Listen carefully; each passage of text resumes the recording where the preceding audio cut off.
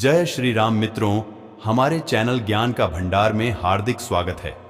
हम आपके लिए अच्छी अच्छी कहानी लेकर आते हैं और आज माता सीता की कहानी है। माता सीता को हरण नहीं कर पाया था, रावण कौन थी छाया। सीता आगे बताते हैं, आपको हमारे साथ बने रहे। पौराणिक कथाओं के अनुसार प्रभु श्री राम को मर्यादा पुरुषोत्तम के नाम से भी जाना जाता है और एक राजा की तरह श्री राम के लिए अपनी प्रजा के लिए समर्पण सबसे ज्यादा महत्वपूर्ण था। ऐसे में जब लंबे समय तक रावण की कैद में रहने के बाद माता सीता जब वापस आई तो उन्होंने अग्नि परीक्षा दी थी।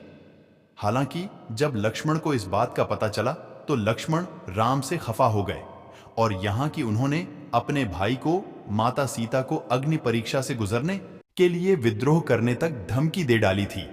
इसके बाद राम ने लक्ष्मण को बताया कि असल में वे ऐसा इसलिए कर रहे हैं ताकि असली सीता को हासिल कर सके। तो क्या आप जानते हैं कि आखिर सीता माता को किन कारणों की वजह से अग्नि से गुजरना पड़ा था? क्या कहता है पद्म पुराण? पद्म पुराण के अनुसार रामायण में एक नहीं बल्कि दो सीता थी, पहली असली और दूसरी माया की सीता। इसकी कथा के अनुसार एक बार लक्ष्मण जी जब कंदमूल फल लेने वन को गए हुए थे तब प्रभु श्री राम ने माता सीता से कहा कि अब मैं नर लीला करूंगा और जब तक मैं राक्षसों का विनाश करूंगा तब तक आप अग्नि में निवास करें। ऐसा कहकर श्री राम ने माता सीता को अग्निदेव को सौंप दिया। इसके बाद असली सीता जी की जगह माया की सीता प्रकट हुई। इस तरह जब सीता जी अपहरण हुआ तब वो माया की ही सीता थी। जब युद्ध समाप्त हो गया और राक्षसों का विनाश हो गया तब भगवान श्री राम ने माता सीता को अग्नि परीक्षा के लिए कहा और माया की सीता अग्नि कुंड में समा गई। माया की सीता के अग्नि में समाते ही असली माता सीता अग्नि से बाहर आ गई और इस पूरी अग्नि परीक्षा का सिर्फ एक यही कारण था। सीता माता के प्रतिबिंब का रावण ने किया था हरण। अग्निदेव ने सीता माता को अपने सुरक्षा चक्र में रखकर कुटिया से गायब कर दिया। वहां पर सीता माता के प्रतिबिंब को रखा गया। रावण ने असल में सीता माता का नहीं बल्कि उनके प्रतिबिंब का हरण किया।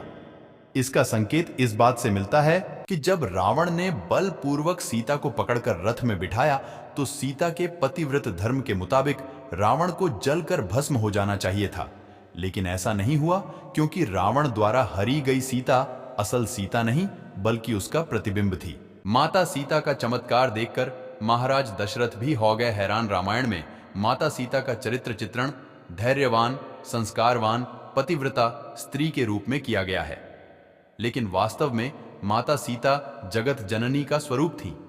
वे इतनी शक्तिशाली थीं कि रावण को नेत्रों से देखकर ही भस्म कर सकती थीं। जानिए उनके जीवन का वो किस्सा जो तमाम लोग नहीं जानते हैं। सीता नवमी मनाई जा रही है। माना जाता है कि आज ही के दिन माता सीता धरती पर प्रकट हुई थी। राजा जनक की पुत्री होने के कारण उन्हें जानकी के नाम से भी जाना जाता है, इसलिए उनके जन्म दिवस को जानकी जयंती कहा जाता है।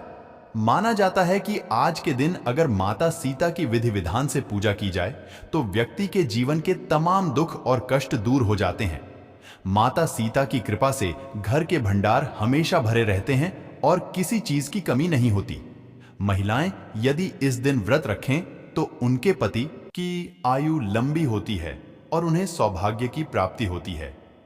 रामायण में माता सीता का चित्रण धैर्यवान, संस्कारवान, तेजस्वी और पतिव्रता स्त्री के रूप में किया गया है। रामायण में बताया गया है कि माता सीता का रावण ने हरण कर लिया था, जिसके बाद प्रभु श्री राम ने रावण का वध करके माता सीता को वहां से मुक्त कराया था। लेकिन क्या आप जानते हैं कि वास्तव में माता सीता स्वयं शक्ति स्वरूपा थीं? यदि माता सीता चाहती तो स्वयं ही रावण को भस्म कर सकती थीं, लेकिन लोगों के समक्ष उन्होंने आदर्श उदाहरण प्रस्तुत करने के लिए ऐसा नहीं किया। आज सीता नवमी के मौके पर हम आपको बताएंगे माता सीता की शक्ति का वो किस्सा जिसने राजा दशरथ को भी हैरान कर दिया था और वे समझ गए थे कि माता सीता स्वयं जगत जननी का स्वरूप हैं। तिनके को घूर कर ही बना दिया था राख। कहा जाता है कि जब माता सीता का विवाह प्रभु श्री राम से हुआ तो ससुराल आने के बाद उन्होंने सबसे पहले आर्षि मुनियों और परिवारी जनों के लिए खीर पकाई। जब वे उन्हें खीर परोस रही थीं, उसी समय तेज हवा का झोंका आया। सभी ने अपनी अपनी पत्तल संभाली, लेकिन उस दौरान राजा दशरथ की खीर में एक छोटा सा घास का तिनका आकर गिर गया। माता सीता ने उस तिनके को देख लिया, लेकिन खीर से वो तिनका सबके बीच कैसे निकालें, ये बड़ी दुविधा थी। तभी उन्होंने तिनके को दूर से घूरा।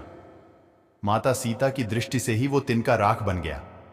सीता जी को लगा कि उनका ये चमत्कार किसी ने नहीं देखा, लेकिन राजा दशरथ ने ये सब देख लिया था और वो समझ गए थे कि माता सीता कोई साधारण स्त्री नहीं बल्कि जगत जननी है।